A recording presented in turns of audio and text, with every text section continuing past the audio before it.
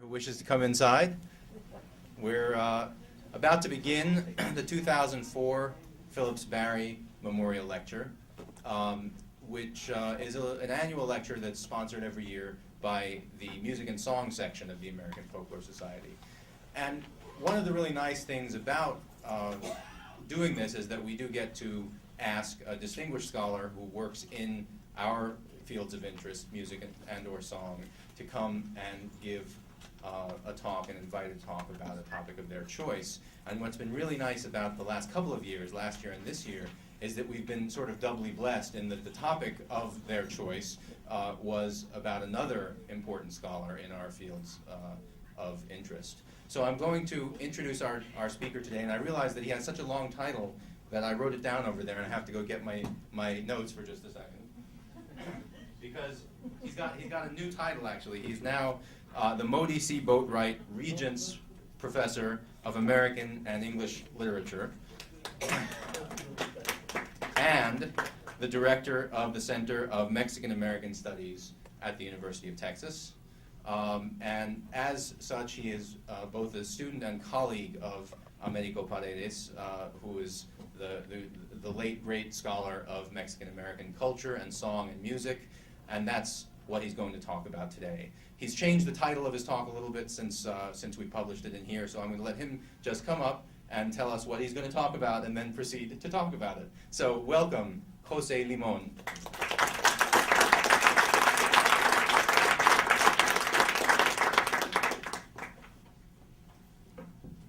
First of all, let me thank Steve Winick and the other members of the AFS Music and Song section for the opportunity to speak to you this evening.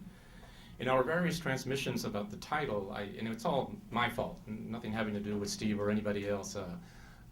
It was a certain sense of anxiety that I was having about just exactly how to present this talk. And in the course of the transmissions, I think I offered two very different titles. One of them has to do with Américo Paredes and American folk song scholarship. And the other one has to do with Américo Paredes and cultural studies. And somehow I confused the two, because in point of fact, both topics have now turned into separate papers. But given this occasion, this society, and this particular section, it seems to me only appropriate to lean in the one of the two directions, which is to say Américo Paredes and American folk song scholarship. So if you're sitting here expecting a full-blown exposition on cultural studies, then perhaps we can best attend to that in the Q&A, and I'll give you at least a half-blown exposition or third-blown exposition on that subject. Possibly more than the other genres of folklore, the subject of folk song, especially balladry, has always been the occasion for strong scholarly controversy. Controversy, no doubt, having at least something to do with what seems to be folk songs, especially balladries, more proximate thematic engagement with human conflict, either within humanity itself and or with the forces of nature. Such controversy, no doubt, also has much to do with folk songs' also proximate relationship to written poetic narrative. Both of these, the literary and the conflictive, often closely bound up with history. Historically, the scholars involved in such controversy and debate have often given little or no quarter. Consider the eminent Phillips, who is honored by this forum this evening. Of Barry's scholarship, at least on one issue anyway, the equally eminent Tristram Coffin had this to say in 1961, quote, "At the end of his serial on the ballad Springfield Mountain in the Bulletin of the Folk Song Society of the Northeast, Phillips presents the hypothesis that the original Myrick, I think it's Myrick, version of the ballad was not written before the second quarter of the last century, or nearly 65 years after the event. G. Malcolm Laws, Jr., among other scholars, continues Coffin, has found this statement hard to believe. And actually, he says, in light of the text of the Myrick Springfield Mountain itself, Barry's thesis is preposterous." Close quote. Preposterous. How's that for an assessment rather than problematic, the evaluative term of choice among our more sensitive younger scholars today? And Coffin is not done with Barry. He continues, "It might be worthwhile," he says, "to prove Barry's dating of the ballad incorrect and leave things at that. However, Barry's disregard of narrative obituary tradition is typical of ballad scholars in general." Close quote. My remarks this evening are also offered as an engagement in strong debate and possibly controversy, and they concern another ballad scholar, Américo Paredes. Although to name him a ballad scholar is to immediately be involved in this debate. For it is my contention that it is precisely Paredes' definition as a ballad scholar that is at issue. It is not an issue for me, quite on the contrary, and I hope to demonstrate exactly this definition. But it was an at least tacit issue for the profession of folklore when it concerned Américo Paredes. The profession of folklore exemplified indeed by the American Folklore Society, a professor that chose to ignore him on these grounds of ballad scholarship. I trust that you have noted my use of the historical past tense, for the argument I will be making is indeed largely historical and need not apply to the present. Although, toward the end of my remarks, you will find me taking issue with myself, as I sometimes do, which is to say, with my own guarded optimism about the present. Mostly, however, I am offering an exercise in the history of folklore scholarship, with a focus on the period roughly from 1958 to the early 1970s. More specifically, what I wish to consider and share with you is how and why it is that Américo Paredes' classical study of the balladry of the Mexican-American people of Texas came to be set aside, peremptorily displaced from what I take to be its rightful place as certainly a possible scholarly and intellectual apogee of at least American and indeed likely world scholarship on the ballad form at that historical moment. There are compelling reasons for thinking about Américo Paredes in this manner, as there are reasons for understanding his unwarranted absence in the history of our discipline as it concerns ballad studies.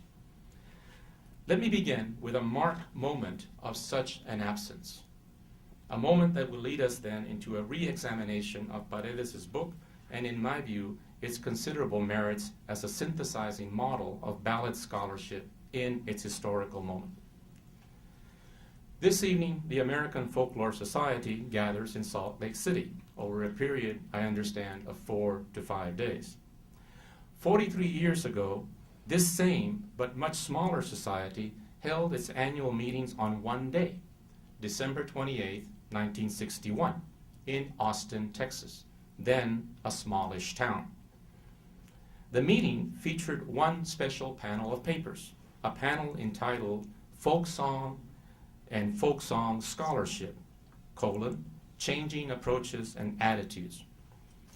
This panel was organized by Francis Gilmore, John Q. Anderson, and Roger D. Abrams, with Abrams providing the introductory remarks for the panel and for its subsequent publication by the Texas Folklore Society 3 years later in a volume called A Good Tale and a Bonny Tune.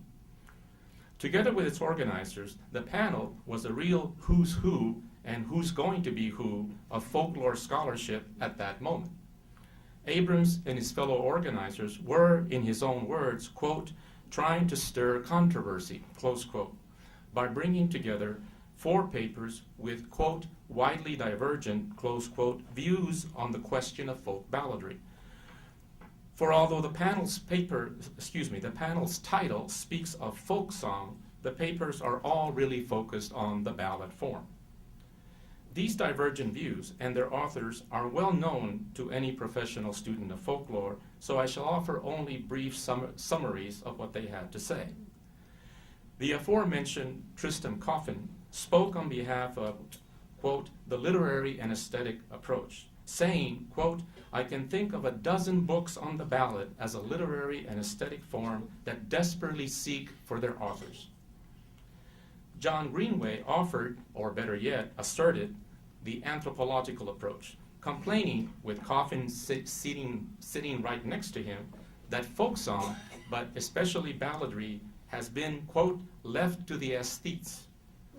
Song, which has no real function except to communicate the immaterial culture of its singers, attitudes, emotions, prejudices, biases, ideals, vices, virtues, and, he says, occasionally, art.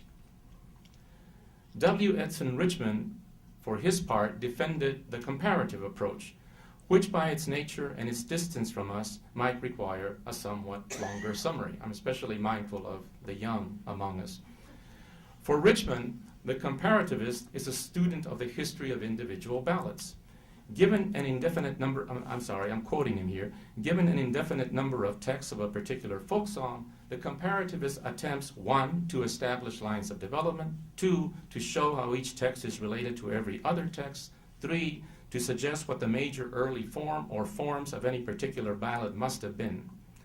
In doing so, he continues, he sometimes finds it impossible to, 1, Mr. Richmond seems to like numbering things, 1, to indicate relationships between 2 or more distinct songs, 2, to suggest certain probable relationships between various bodies of song, and finally, 3, to comment on the relationship between ballads and history.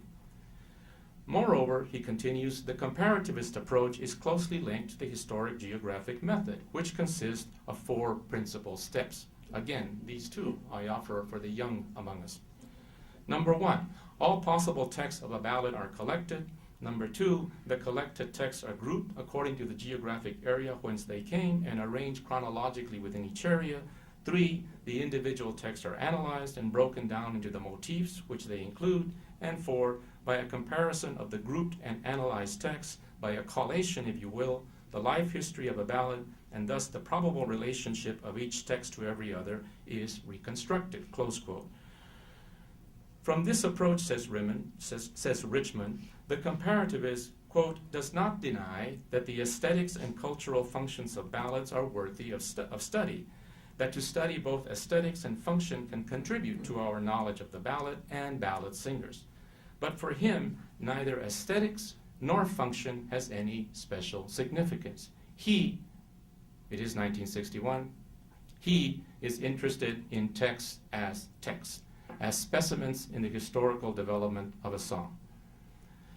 But this is obviously a complex procedure that Professor Richmond is outlining, so that he cites with approval Archer Taylor's recommendation that, quote, it is easier to stay nearer at home and determine as well as may be the life history of a single ballad when one is undertaking such a complex procedure.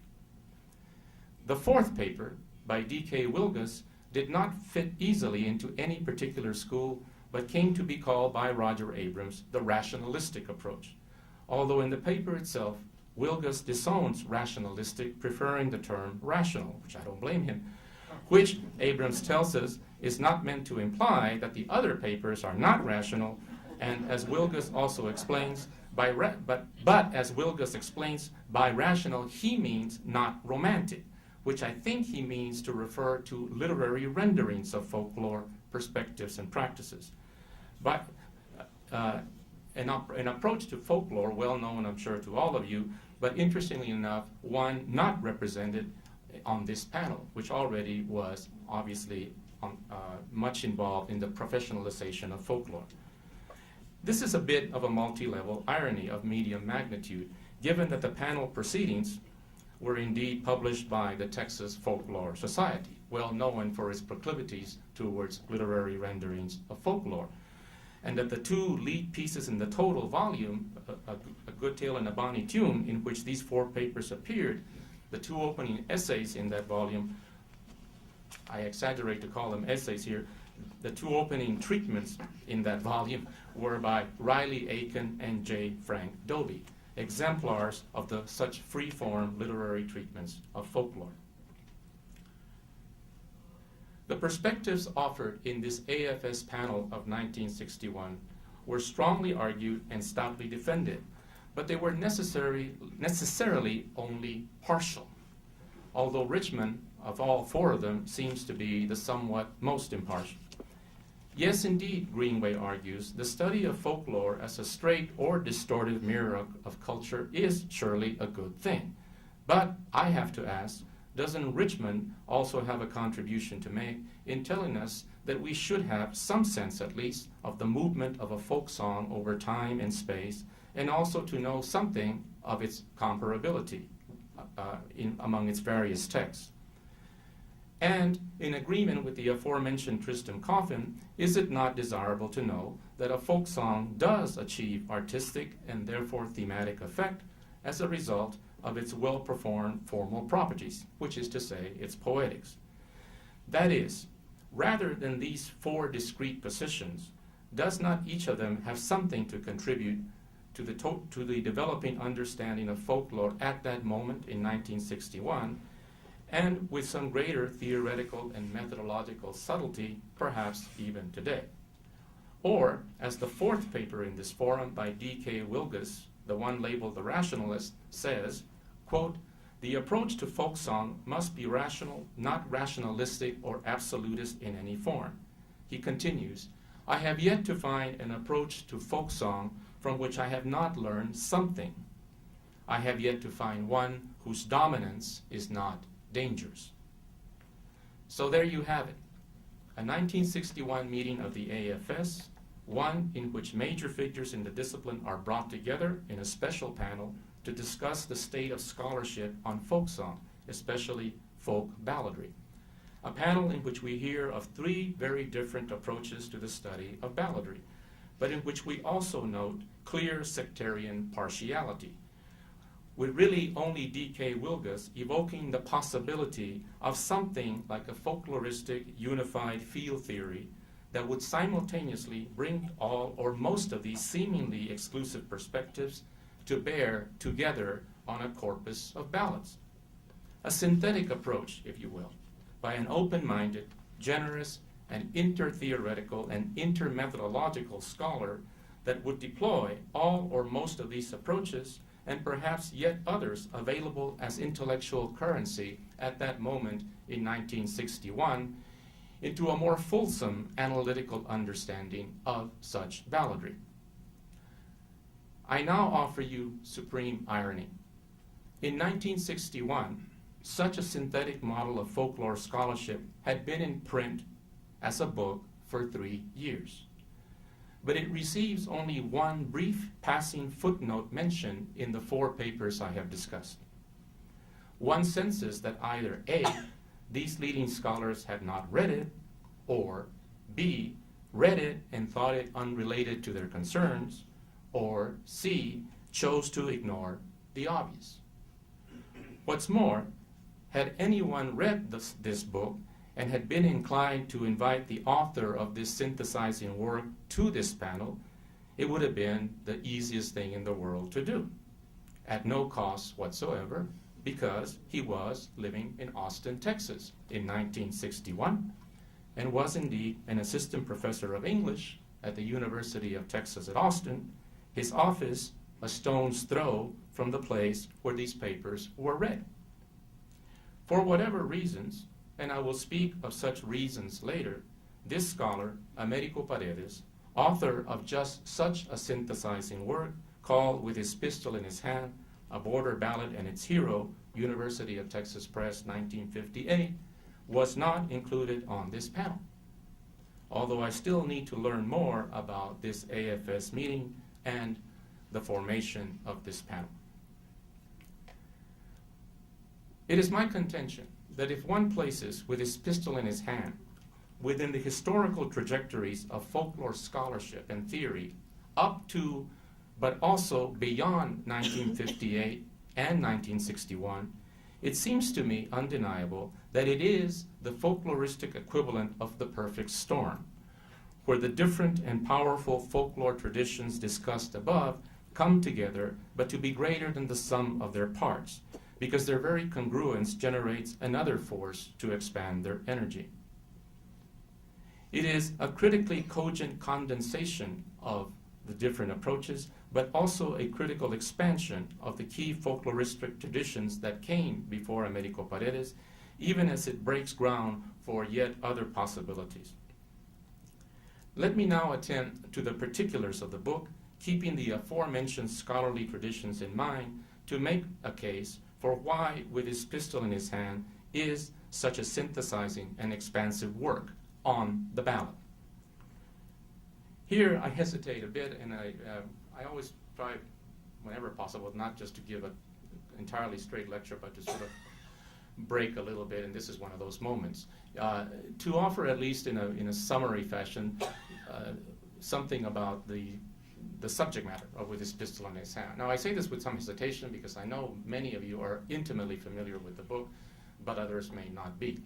As indeed some of you know, With His Pistol in His Hand is a treatment of the balladry concerning a Mexican-American folk hero named Gregorio Cortés, about an incident that occurs in July of 1901, when Gregorio Cortés confronts Anglo-American oppressive authority in Texas. A shooting incident results. Cortés makes a run for the border, and the result, for our purposes anyway, is an outpouring of balladry. If not an outpouring, at least the generation of several ballads concerning this event, but also the generation of several legends concerning Gregorio Cortés. It is this corpus of legends and balladry that is the subject then of With His Pistol in His Hand, a border ballad and its hero by Américo Paredes. What I would like to do now is to go through the book almost on a chapter-by-chapter basis, but I will try to keep them as cogent as possible. But keeping in mind, as I go through the book, the various scholarly folkloristic intellectual traditions that are available to a scholar like Américo Paredes in the late 1950s and are articulated in this 1961 panel, which is to say the comparativist historic geographic method, the literary critical analytical method, and then, of course, the anthropological approach represented by John Greenway. First to be noted in any analysis of With His Pistol in His Hand is the two-part division of the book. It appears in Part 1 and Part 2. Let me speak of these two parts as the accounting of history and legend on the one hand, Part 1, and the ballad on the other, in Part 2. In Part 1, Chapter 1 opens with a history of the folkloric area and its culture that will give rise to both the legend and the ballad, which is to say, the historical context of both. By itself, already in Chapter 1, this accounting of historical context might strike us today as even rather conventional, until we stop to consider how social-cultural history was so utterly set aside in the folklore scholarship of that moment in the 1950s by all of the perspectives I have discussed above, literary, anthropological, or comparativist. History, then, and its exclusion from folklore scholarship as an explanatory ground for the object of folklore is already, before we even move out of Chapter 1, is already wholly innovative in Paredes' work. Moreover, this is no mere history of the so-called background variety, for it succinctly narrates a history of social oppression in South Texas, even as it begins to place folklore as an efficacious practice within such an arena of social conflict. Chapter 2 also represents another kind of innovation, again, given what's available at the moment, for it places Paredes' work within another tradition of the time, which I have already alluded to, which is to say, the literary rendering of folklore in a free-form kind of style, a practice keyed, as many of you know, on the rewriting of traditional items of folklore perceived as such into literary form in a more accessible language, a perspective often deemed unprofessional and thereby excluded from the AFS panel of 1961 and thereafter. And as I have noted, one must also note that such rewritings are typically focused on prose narratives and not balladry. And so it is interesting to me to find Professor Paredes taking an excursion in this direction in Chapter 2, in which he's gathered any number of legends about Gregorio Cortés, but then rewrites them, as it were, in his own fashion into one coherent legend. But I submit to you that as unprofessional and perhaps even quaint as that procedure might seem to some, especially from today's perspective, that Professor Paredes is up to something in doing this. And I submit to you that he is not merely imitating J. Frank Dobie, God help us, but is trying to do something else, which is to say, to take this literary practice, but put it once again into the realm of social conflict, something that the J. Frank Dobies and the Riley Aikens of the world would never have considered doing with Mexican folklore. In chapter 4, however, Paredes counterposes biography to written legend as he draws on archival and oral history sources to tell us not of Gregorio Cortés the legend, but rather of Gregorio Cortés the man. And once again, here Professor Paredes, I think, is making another innovative contribution, and I promise I'll keep saying this, relative to 1961, in accounting for the folk hero as a real person here, and drawing as much historical data as he can bring to bear on that. Chapter 4, which brings us to the end of part 2, traces then both the legend and the man and and what he calls the hero's progress as the narrative develops, and Gregorio Cortés, after having had the shooting incident with the sheriff, is on the run towards the Mexican border, where he will be, of course, eventually captured. If part 1 of the book offers a rich historical ethnography of the history and legendary of Gregorio Cortés, it can also be seen as an extended prelude for what will be Américo Paredes' principal business in part 2, which is a close study of balladry, of folk songs about Gregorio Cortés, this part 2 offered in 3 chapters. Chapter 5 recounts the general history of the corrido on the lower Texas-Mexican border, the area now called southern Texas, demonstrating the corrido's historical longevity from the mid-18th century when the Spanish settled the area, bringing with them a precursory form to the corrido, the Spanish romance. Later, the more thematically and aesthetically stringent form of the corrido emerges to articulate a variety of cultural concerns of these early residents of the area leading up to 1846. By the mid-19th century, however, Anglo-Americans came into the area in a conflictual relationship with the resident, now Mexican population, and Paredes tells us the corrido begins to take one predominant form and thematic concern, the heroic corrido that deals with violent encounters with the Americans.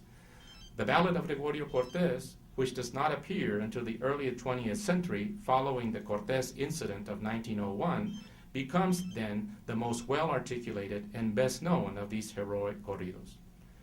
Thus far, if we take into account the first 4 chapters plus this additional first chapter of part 2, I would propose that Paredes is responding in a particularly fulsome manner to a John Greenway, in the latter's desire that folk song be examined as an expression of cultural and social concerns.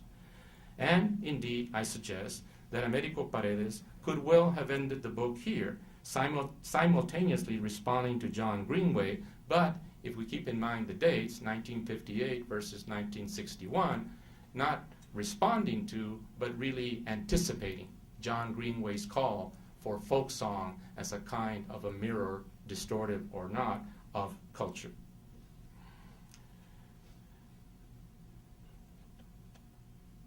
However, the next 3 chapters also expand Paredes' ambit, even as they continue to, I want to keep saying respond, but I have to remember my own chronology, not respond, but anticipate what is going to be happening in 1961. For in the next 2 concluding chapters of part 2, Paredes extends an equal and comprehensive and tightly focused application of the historic geographic method, the comparativist approach, the latter in 2 dimensions, as well as formal literary analysis. Indeed, as a prelude to his use of the historic geographic method and the comparativist approach, Paredes' chapter 6 is comprised solely of 11 variant texts of the Ballad of Gregorio Cortés that he collected, most in the field, although he does not shy away from 1 printed broadside and 1 commercial phonographic recording. Here, parenthetically, by the way, it is as if he has also anticipated something else that I did not mention earlier about D.K. Wilkes's paper, the 1961 paper, namely that field collectors should not overlook phonographic recorded interventions or even beginnings in the process of folkloric creation. So Paredes then offers these 11 variants in one chapter, chapter 6. And by the way, it may be worth noting, as Paredes himself does, a certain small issue of gender is introduced here, because he knows quite clearly that one of these variants is collected from a woman, a rather unusual thing given the male definition of the corrido genre.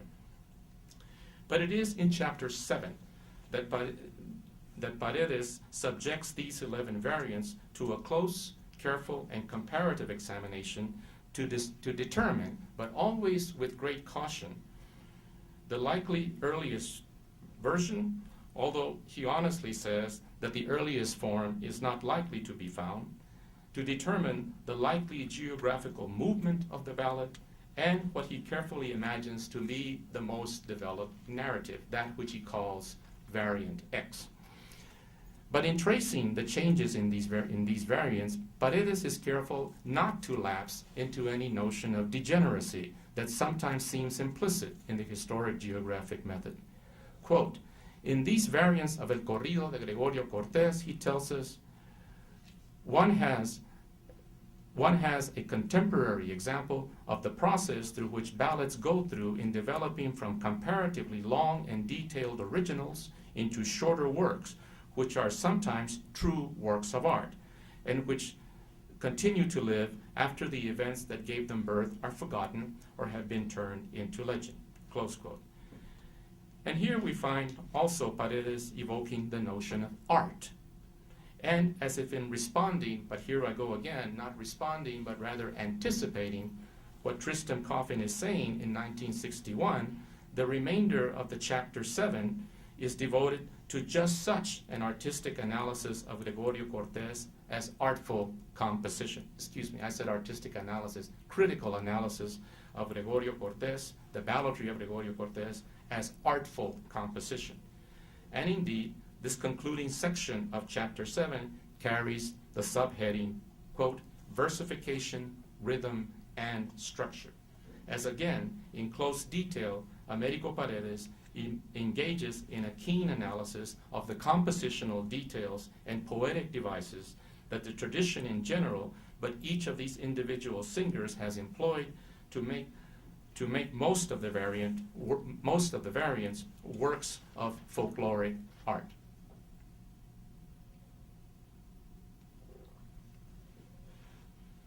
But artfulness in this case goes beyond poetic devices, such as imagery and alliteration, as Paredes also turns in this very same chapter to the musicality of the ballad, to the singing of folk song.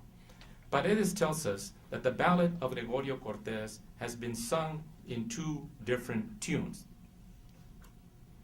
And I'd like to quote the entire passage here directly from the book. Both tunes, he says, used in the singing of Gregorio Cortés, what he calls the present tune and the old tune that has almost disappeared, have the same accent pattern, though their melodies are somewhat different. Both tunes, he continues, are in major keys and have a very short range. If one disregards the opening note, the current tune of Gregorio Cortés has a range of only 6 semitones. Even considering the first note, the range is still less than an octave by 2 semitones. The short range allows the corrido to be sung at the top of the singer's voice, an essential part of the corrido style. Though the whole melody can be and sometimes is accompanied with the 2 basic chords on the guitar, the major chord formed on the tonic and the dominant 7th, it is customary to end the second line of the quatrain with the major chord formed on the subdominant, the tercera, in the language of the guitarreros. Together with a high register singing and the counterpointing of rhythm, this adds a great deal of vigor, almost defiant vigor, to the delivery of the corrido when it is sung by a good singer. And we should not be surprised that this scholar goes beyond the textual to the musical, accomplished musician that he was on guitar and piano. The music of the ballad, by the way, was an aspect wholly missing in that 1961 AFS panel in Austin. It is an expansive part of Américo Paredes' scholarship, and one that I'm sure would have pleased Phillips Barry, had he had a chance to read with his pistol in his hand. Mr. Paredes, parenthetically by the way, knew Phillips Barry's work well. In 1960, indeed, he directed a master's thesis at UT Austin by Marion Michaels, devoted substantially to Phillips Barry's work. With his pistol in his hand ends with a chapter 8 called A Last Word, one in which one might expect to have a conventional conclusion. I have argued thus and such, and in summary, these are my conclusions. Paredes does some of this, but then he also briefly and provocatively broaches one further conceptual intervention that also departs from that 1961 AFS panel. If earlier he compared variants of the different ballads of Gregorio Cortés, in this last chapter he goes international and offers a telling, wonderful comparison between the ballads of Gregorio Cortés and various other examples of world balladry, but focusing more specifically on Scottish balladry, and compares Scottish balladry quite closely to Mexican-American balladry, such as Gregorio Cortés, for, as we all know, the Scots had their Anglos too. In 1968, Richard Dorson asked folklorists to engage their folklore collections by interpreting them in social contexts, the anthropological or American studies approach, if you will. And indeed, in making this argument, he used Américo Paredes as an example. Somewhat later, Alan Dundes echoed Dorson by asking folklorists and literary critics to pay close interpretive attention to folklore items in literature. But I believe that we should, at least on occasion, pay equally close interpretive attention to our own professional folkloristic scholarly practices as cultural texts in themselves, operating in social contexts, something I try to do with 4 major folklorists in part 1 of my book, Dancing with the Devil. In such reflexive analyses of the text and practices of our profession, we should offer an accounting of their manifest thematic and stylistic features, but also as we examine our own folklore scholarship, we should take account of the absences, erasures, and exclusions. This evening, I have tried to note for you just such an absence, exclusion, and erasure of the work of Américo Paredes in the history of ballad scholarship. But thus far, I have only implied an interpretation of this exclusionary process. Let me now be more explicit and open with a frank possibility, which I will then reject. I have offered this paper to my graduate seminar on the history of folklore, and my politically more ardent and younger colleagues immediately want to evoke the R word to account for Paredes' marginalization as a ballad scholar. I do not agree with them, if only because I think the process of exclusion in this case is far more complex and unconscious than that, and therefore far more interesting. For as a form of evil, racism can also become banal. Let me suggest a confluence of 4 factors moving from the general to the particular to begin to at least offer some possible explanation for why it is that Américo Paredes, though he was acknowledged in many other respects, was not acknowledged by the profession as a major contributor to ballad scholarship.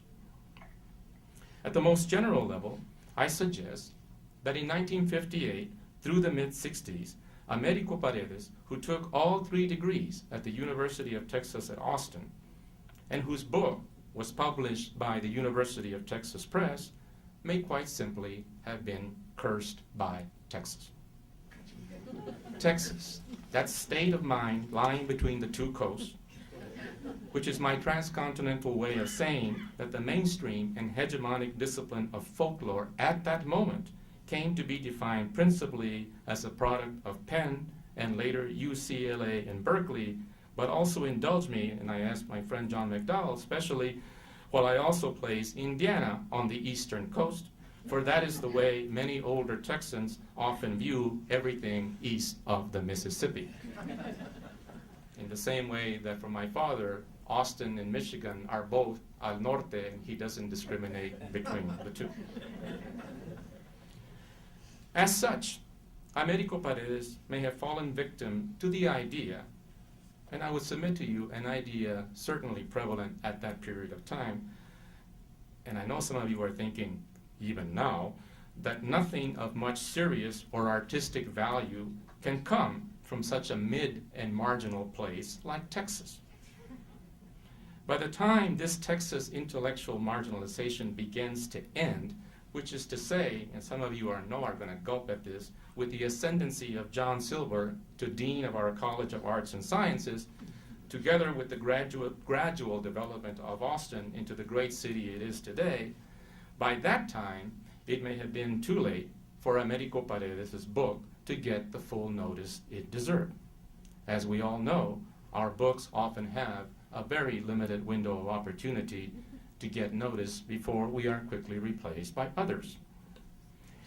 We can also point to other possible reasons for the externally created failure of With His Pistol in His Hand to take a more centered place in ballad scholarship.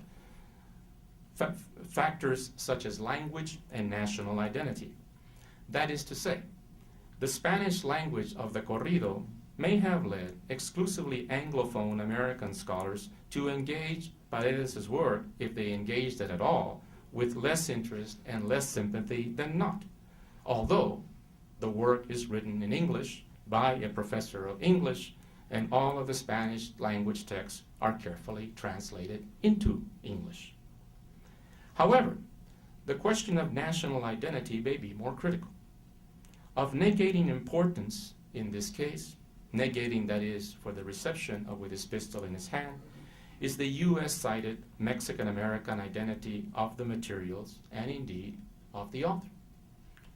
National Mexico would not have been a problem in this regard, I suspect, if Américo Paredes had chosen to do his work there, thereby stepping into a highly respected US mainstream anthropological and literary tradition focused on national Mexico south of the Rio Grande and preferably very far south. In the period of time we are discussing, in anthropology, of course, the names Robert Redfield, Oscar Lewis, George Foster, Ralph Beals, Eric Wolf, among others, are only too well known to us in relation to their work in Mexico. And a list of major American writers who did not experience Mexico in this period would be, I submit to you, a short list. But to deal with Mexicans in the United States is a different thing. A nomadic people in between real nation states, not marked by the particularly exotic. Unless, of course, you happen to belong to that small Mexican distance group in northern New Mexico, in relative isolation from the modern world, blessed by mountains and cool weather, and given to weaving and woodcarving. In that case, folklorists, anthropologists, Mabel Dodge Lujan, D.H. Lawrence, Georgia O'Keeffe, and Robert Redford come knocking on your door. In short, in the 1950s, and in general, Mexican Americans simply did not register much in the national consciousness, nor among scholars and writers, and that too may have been unconsciously held against Paredes himself. For the national identity of the author may not be a small matter here. Just as luck would have it, in 1961, Octavio Paz's work, The Labyrinth of Solitude, appeared in English translation, just 3 years after With His Pistol in His Hand, and the same year, I'll remind you, as the AFS Austin Conference. That drew, obviously, a lot of attention, and it still continues to be a kind of a standard, as it were, for understanding Mexican identity. And it may have played its own role in drawing attention from With His Pistol in His Hand. Finally, there is the matter of personality.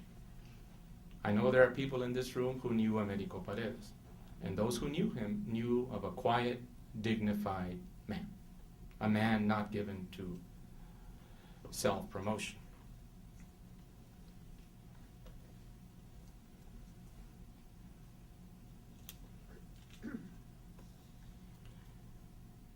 To describe Paredes, let me quote from With His Pistol in His Hand, where he himself is describing Gregorio Cortés. He says, Gregorio Cortés was not of your noisy, hell-raising type. That was not his way. He always spoke low, and he was always polite, whoever he was speaking to. And when he spoke to men older than himself, he took off his hat and held it over his heart. A man who never raised his voice to parent or elder brother and never disobeyed. That was Gregorio Cortés. And that was the way men were in this country along the border. That was the way they were before these modern times came and God went away. In the years that followed 1961, Paredes continued to draw little notice from the professional folklorist community as a ballad scholar. Perhaps the one exception here, interestingly enough, is Richard Dorson, who, as I mentioned earlier, does take some favorable notice of With His Pistol in His Hand in his collection of essays, American Folklore and the Historian. He tells us of Paredes' excellent analytical study of the corrido, particularly praising the way Paredes uses the corrido to reveal anti-American attitudes among the Mexican-American population of Texas. However, because he is interested in the use of folklore by historians, Dorson is focused only on that representational feature of With His Pistol in His Hand, and has nothing to say about the other features and contributions of Paredes' work that I have discussed. So in 1961 then, in this gathering of specialists on folk song and scholarship, Américo Paredes' book, which in my estimation is a full-blown exposition of the way to do such a thing, simply gets overlooked. And that continues to be the case, it seems to me, thereafter. It is interesting to speculate on what would then have happened had another historical phenomena not occurred, which is to say the Chicano movement of the 1960s and 70s. For it is in the Chicano movement of the 1960s and 70s that Paredes finds another home, but it is, in my estimation, something of a paradoxical home. Initially, Paredes had some interesting ambivalence about the Chicano movement, although very quickly it became evident that it furnished a substantiation of one thrust of his work, which was the valorization of Mexican folk culture in the United States, particularly in Texas. And as such, most people, I think, in the Chicano movement who adopted the book, who were reading the book almost Bible-like, tended to focus on part one. That part which talks about history and culture and representation and conflict, etc., very often wholly ignoring part two. But such as it is, at least the book began to get an audience, if only for part one. Paredes, notwithstanding his early ambivalence, however, Paredes soon wholeheartedly adopted the political cultural concerns of the movement, even as it wholeheartedly took him in, appropriating him in the best sense of the term as its leading intellectual and political ancestral resource. The reasons for this political, cultural, but also personal appropriation are wholly understandable and easy enough to see. We, if I may now say we, were young people. In the fervor of the 60s, Mexican-American intellectual figures were hard to find. And here was this giant of a figure who had done such fundamental and politically edged work in what soon came to be called Mexican-American studies. Central, of course, in this is With His Pistol in His Hand, as I've been suggesting, with its rhetorically central motif of a working-class Mexican in Texas in a life and death struggle with Anglo oppression. With His Pistol in His Hand became a sacred text for those of us engaged against continuing Anglo domination in the 1960s, and it continues to do this kind of honorable work in the present day. For example, in the post-Chicano movement, the most recent and theoretically cutting-edge work by some Chicanos on the Zapatista movement, for example, continues to actually reference With His Pistol in His Hand as a foundational text. Moreover, for those of us, particularly at the University of Texas at Austin, the hero, Paredes, was literally right there, on the campus, to see, to converse with, and to hold in awe. A plethora of ethnically keyed honors and acknowledgments followed, further solidifying this identity, one reinforced by Paredes' own intensified involvement in Mexican-American issues as distinct from pursuing an identity as pure folklores. It did not take long before Paredes was being readily identified and continues to be identified as the Dean of Mexican-American Studies. And I wish to make it very clear at this juncture that I insist on upholding this identity for Américo Paredes, especially, obviously, as the current director of the Mexican-American Studies Center that he founded. But relative to the mainstream history of folkloristics, however, Paredes continues to be relatively unrecognized as ballad scholar as he was in 1961, and for that matter, continues to be unrecognized as a folklorist of any major stature, or at least to judge from two current and well-praised histories of the discipline. I refer respectively to Simon Bronner's American Folklore Studies, An Intellectual History, and Rosemary Zumwald's American Folklore Scholarship, A Dialogue of Dissent. Between the two of them, Bronner and Zumwalt, the work of Américo Paredes receives only one brief mention in the index and in the text, and only because he happened to be the nominal co-editor of the AFS publication of the volume Toward New Perspectives in Folklore, because he just happened to be at that moment editor of JAF. In 1958, Américo Paredes, Mexican-American, a man from the border, published a major folkloristic study of balladry, only to discover that it was destined to remain, like him, on the border of dominant mainstream ballad scholarship at that historical moment, as exemplified by his ironical absence in the 1961 AFS panel in Austin, Texas, where he had written With His Pistol in His Hand. With His Pistol in His Hand is a book, I have argued, that in every respect anticipates and fulfills the different agendas offered on that 1961 panel, synthesizes them, and also goes beyond them, such as his musicological analysis.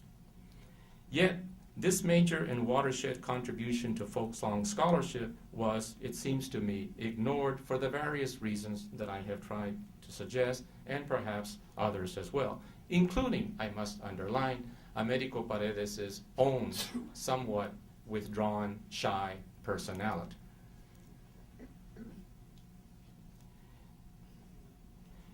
In this paper, and to continue the sentence, and continues to be ignored in the present day.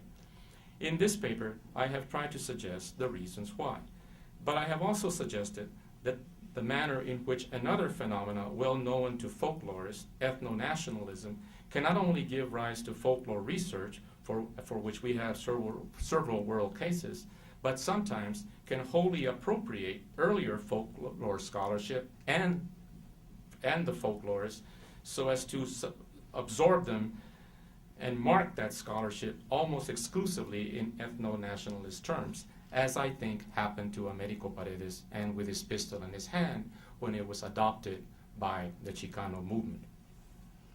For in the Chicano movement's sharp identification of Mr. Paredes as the premier Mexican-American scholar of our time, and perhaps forever, we may also have played into the unreflective thinking among American folklorists who perhaps unconsciously were all too ready to bracket him solely in this singular identity of Mexican-American folklorists. I suggest that he also lays claim on another identity, which is simply but profoundly that in 1961 of being the most original, intellectually provocative, scholarly competent, inclusive, and socially grounded American folklorist of that moment from 1958 to 1961. And I would also suggest to you that both identities can be true. Mexican-American studies scholar and foremost ballad scholar. I was fully participant in that ethno-nationalist appropriation that I referred to. I read part one. But I was also trained in folklore under Américo Paredes and therefore read part 2, and both parts together. And for the last 30 years or more, I have felt a growing obligation to want to balance the record. I thank you for this invitation and this opportunity to do so in, I hope, this very appropriate forum. Thank you very much.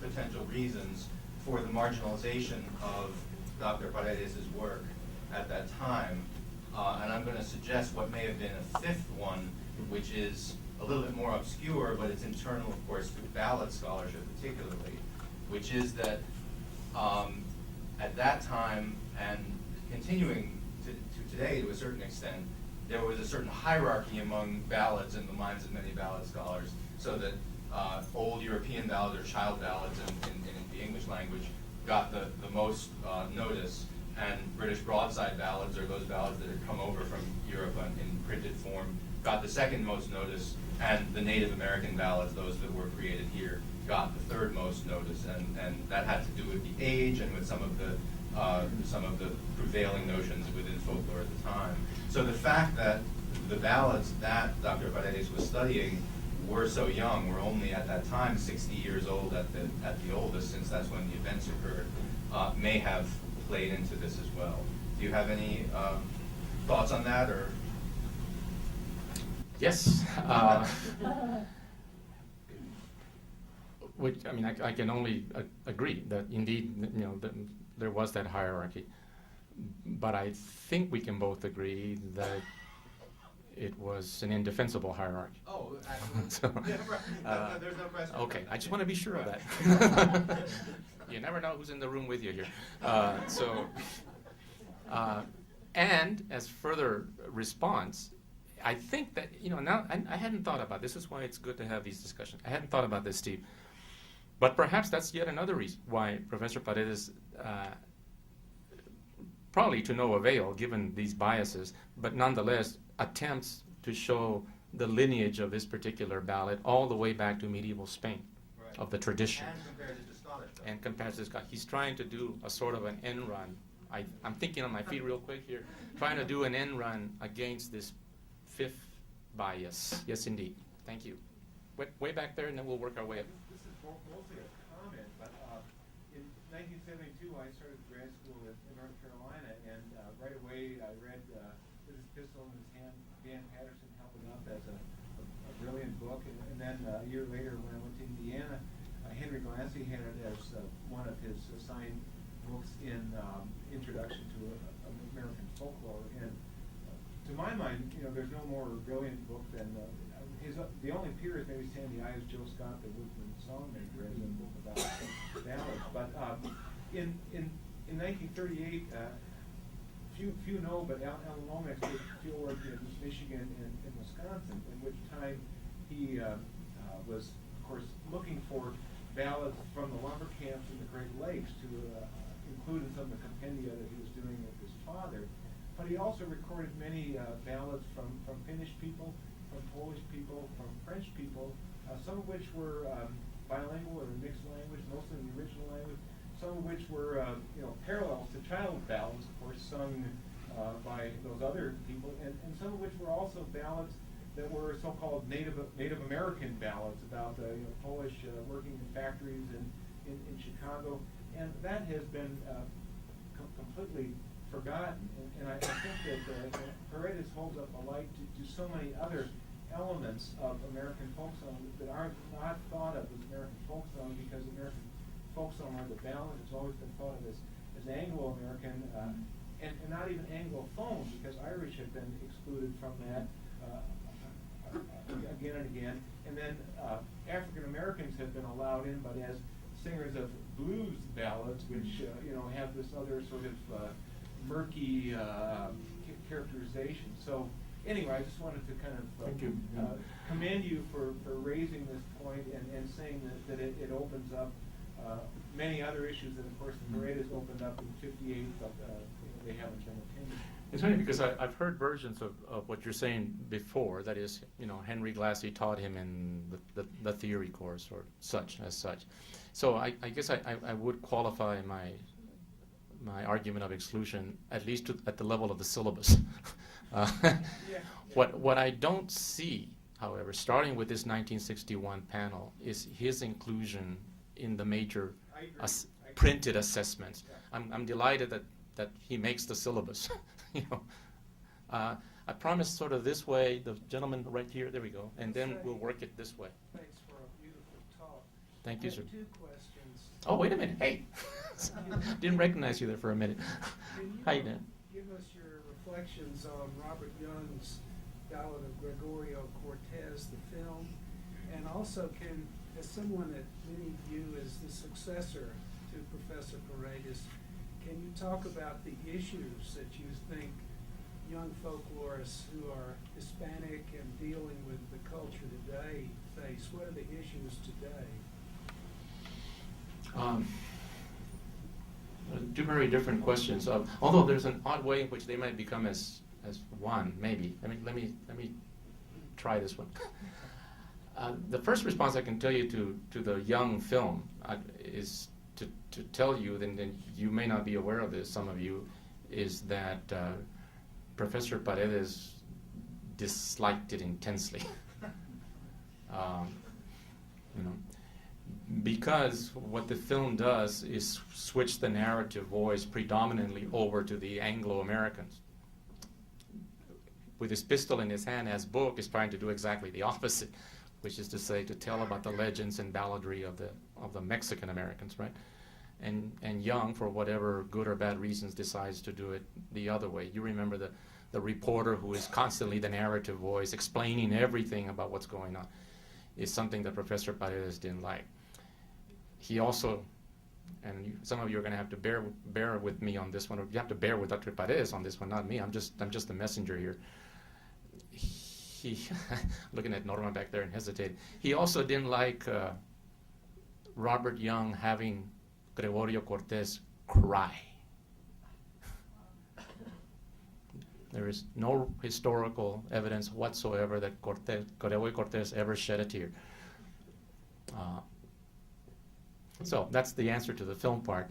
About the other part, I think the principal issue for young, you asked me about young folklorists, either who are Mexican American or working on Mexican American materials, is the issue that I think is affecting all of folklore. And I have no doubt it's probably come up in this meeting and will continue to come up in future meetings, and that is the question of cultural studies. Which is to say, given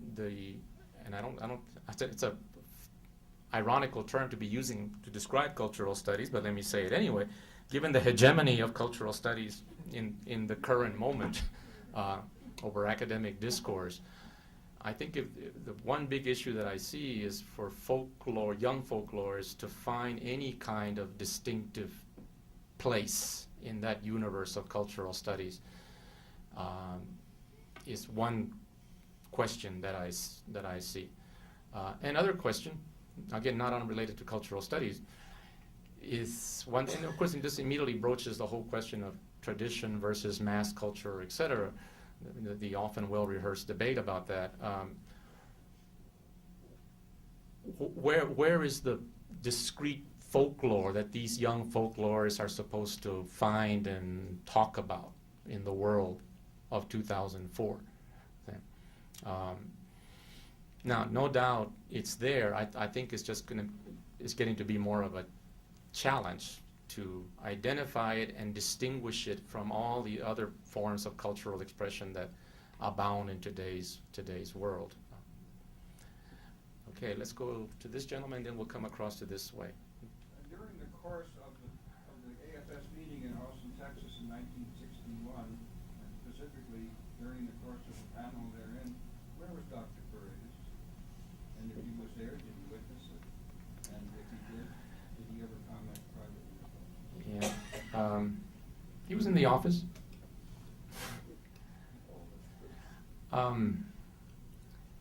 I wrote an early version of what you heard today, circa 1974, as I recall. and I really stumbled into it. Like a lot, sort of relates back to Bill's question. I mean, like a lot of us, I was at that moment. I was beginning my training as a folklorist with Professor Paredes, and of course, with his pistol in his hand, was there like this massive thing. And so, I wanted to do a paper on with his pistol in his hand, but in relationship to the trajectory of studies of Mexican balladry, principally Vicente Mendoza. But in the course of doing all that, I stumbled across the 1961 AFS document. And so I decided to ask him, plain and simple. We were having many conversations at that time. And he said something very close to this. He said, "I was not asked and I did not wish to go."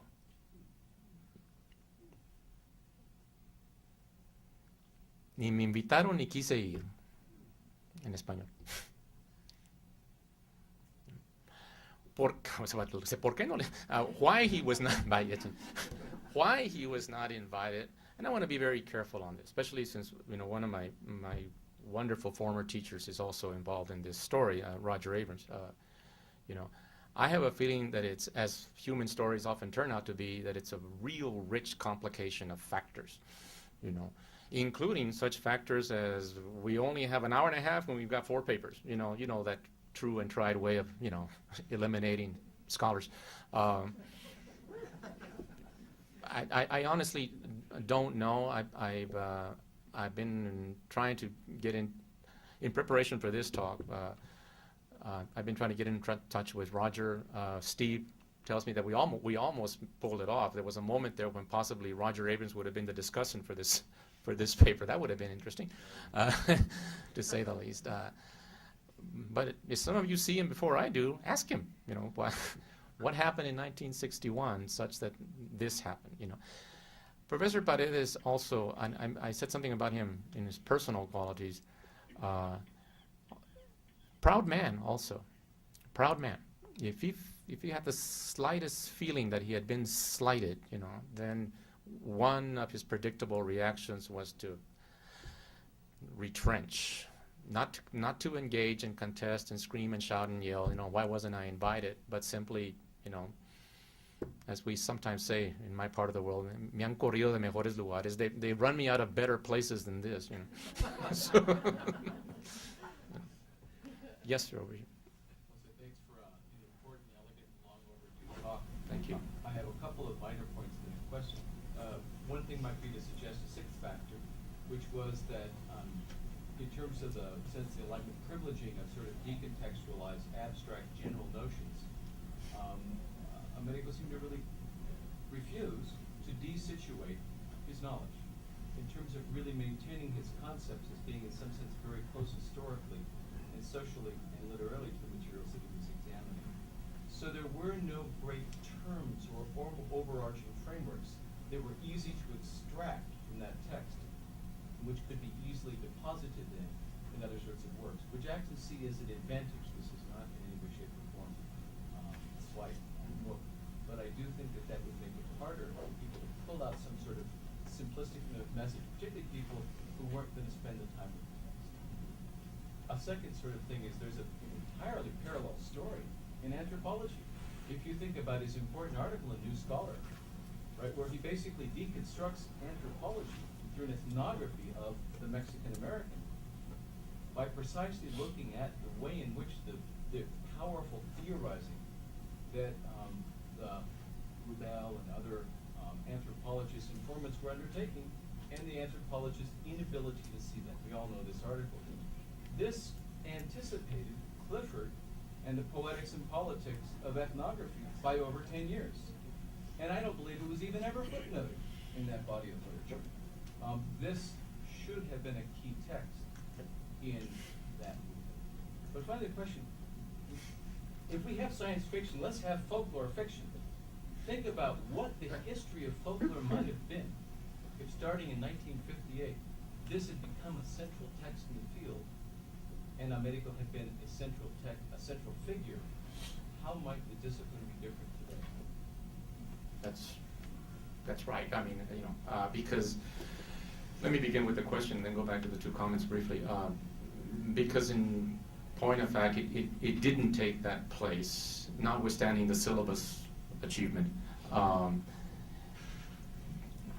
I wanted to be real sure that I also was clear that he was not just taking the prevalent paradigms, literary, anthropological, comparativist, and sort of applying them, but that something else happened as a result, which was the bringing of these otherwise highly depoliticized theories to bear on a real grounded political situation, while not for any moment giving himself over to any particular sectarian bias, political, ethnic, or otherwise. And that's the cutting edge that I think would have taken the field in a different way. Even something like the historic geographic method, part 2, if you will, and the comparativist method. I'm piggybacking on your earlier comment of the socially grounded way that he uses these paradigms. Even something as, dare I say, as innocuous, politically speaking, as the historic geographic method gets interestingly political in part 2. Because what he's showing implicitly is that the Mexican people, these malign folks, have created a wide range of texts, and just by that knowledge alone, one gets the sense here of a creative community, contrary to what other folks thought about this community in Texas. And then when he shows, as I've said in some other plays, even the demonstration of the quatrain ABCB line of the corrido, and I often say these to my students, forget about the killing of the gringos, look at the ABCB, see? And understand that what he's suggesting here is poetic ability, rhyming ability, order, form, stability in the face of change, where the rhyme scheme becomes deeply political in its own right. And that's what I think Paredes is doing, is bringing these various theories, and in the context of this material, he's lending them as interesting political edge that you're quite right, I have to believe, that would have done great service to folklore scholarship after that. Instead, we went in other directions, of which the most immediate, of course, and this too, ironically, I guess I want to say ironically, I'm not sure, maybe John McDowell can help me on this one. The next paradigm to appear, of course, is social linguistic performance theory right there in Austin, Texas, out of Penn, of course. And he becomes sort of involved with that, even while keeping an interesting, wary distance from that particular approach here, notwithstanding that he obviously was somewhat mentor to Roger and Richard Bauman when they came to Austin. So, did I get it all your...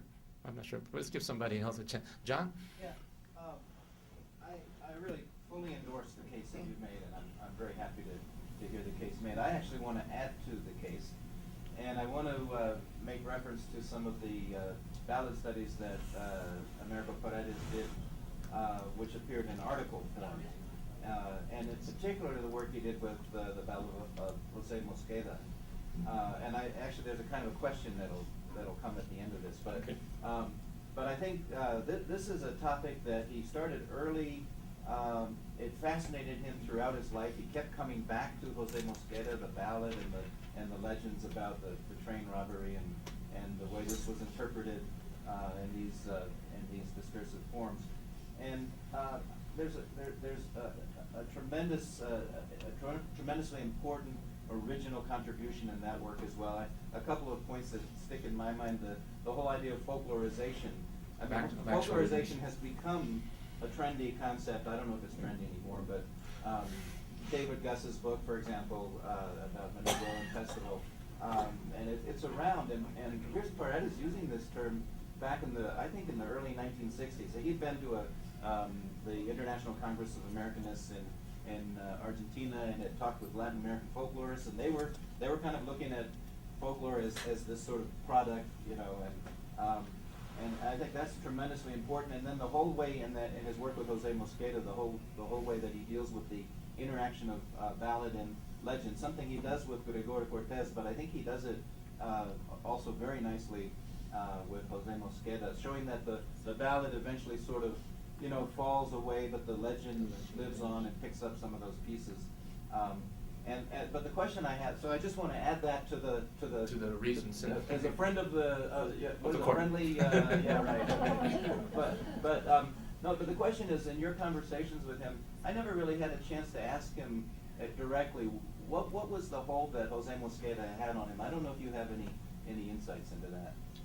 Well, one big hole was its relation to 1915. Yeah. Of course, the 1915 uprisings in South Texas. Again, there may be relative knowledge about this 1950 event when the number is unclear, several hundred to 1,000 or so Mexican Americans had an armed uprising in South Texas in 1915 and paid the cost for it. And the Mosqueda incident is very clearly tied up with that. I can only suggest that, John, is why it has more of a whole, because it's so clearly linked to another and later moment of violence. I mean, Gregorio Cortés occurs in 1901. This is 14 years later that Mexican Americans are in armed uprising, and this time collectively, not singularly here. An incident, by the way, and anybody out there interested in military history, it's the first time that military aircraft have been employed in warfare within the U.S. border.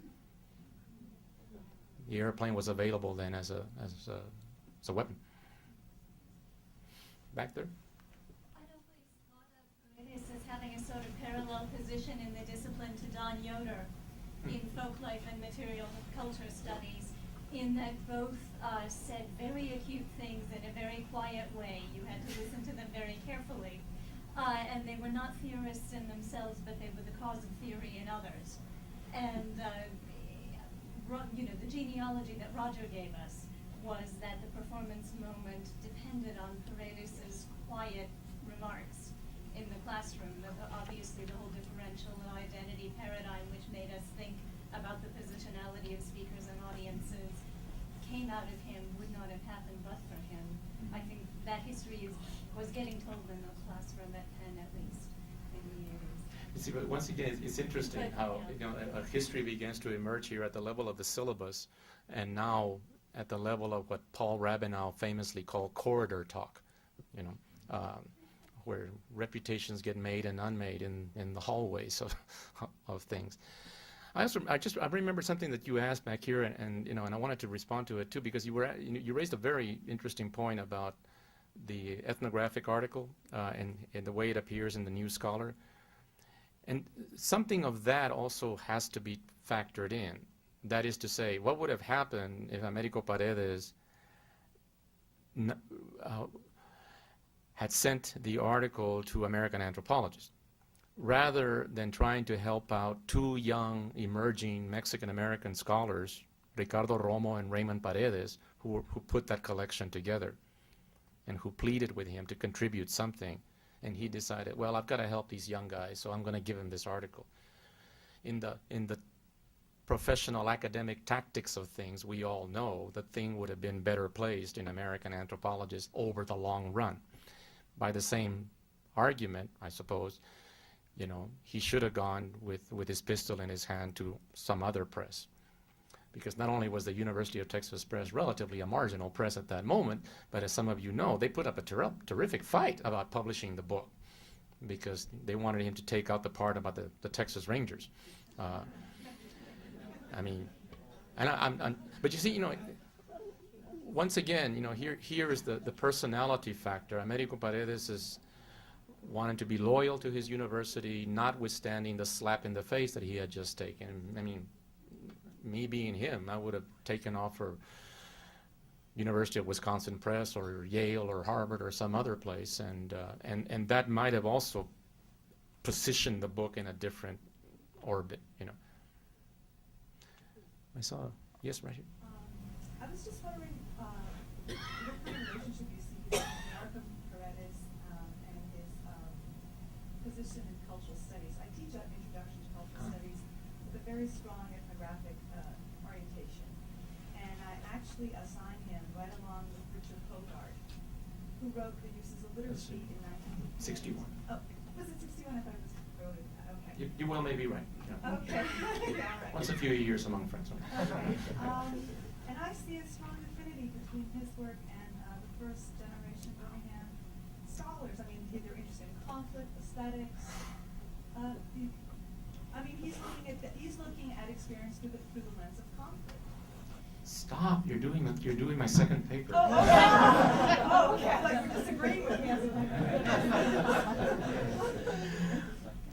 When I started all this, I said there were now 2 papers, you know, and you've just gone through pretty much the first 2 paragraphs of the other paper. But I thank you for affirming some of what I started to say there. 1958 is a critical year in that respect, because as it happens, with his pistol in his hand, is appearing at precisely the moment, right, when Richard Hogarth, Raymond Williams, E.P. Thompson are putting together the Cultural Studies School. At the moment when E.P. Thompson, in the making of the English working class, is calling for the use of folklore to understand social conflict, right? You know, one of the things that one of those wonderful things that I wish had happened but didn't happen, although I did make an effort to try to do it, and that is I wanted Américo Paredes to meet Raymond Williams. Raymond Williams' notion of residual tradition, emergent, you know, that too is, as I've suggested in some other place, you know, naming folklore without naming it. And one of the things that I hold against British cultural studies is that it utterly ignores that which is most obvious in popular culture in Great Britain, which is, of course, the balladry, and it's almost as if, you know, those guys at Cambridge and Oxford can't quite bring themselves, you know, to look at folklore. And so they start looking at kids doing all kinds of crazy stuff in the schools, like, you know, and call that popular culture. You know, it's almost as if they utterly miss their own homegrown native traditions of resistive culture here. And that's a kind of blind spot in cultural studies. This is why, you know, I have this, you know, this fantasy that Williams could have learned a great deal from Américo Paredes, you know. And rather than have these empty categories called traditional, emergent, residual, you know, he could have read the book with his pistol in his hand, and I think found it quite useful to what they were trying to do. And I always wanted to imagine the two of them meeting someplace, you know. And by the way, you know, it should not go without mention that, and darn, we all well know this can happen too, you know, the role of illness in a scholarly career.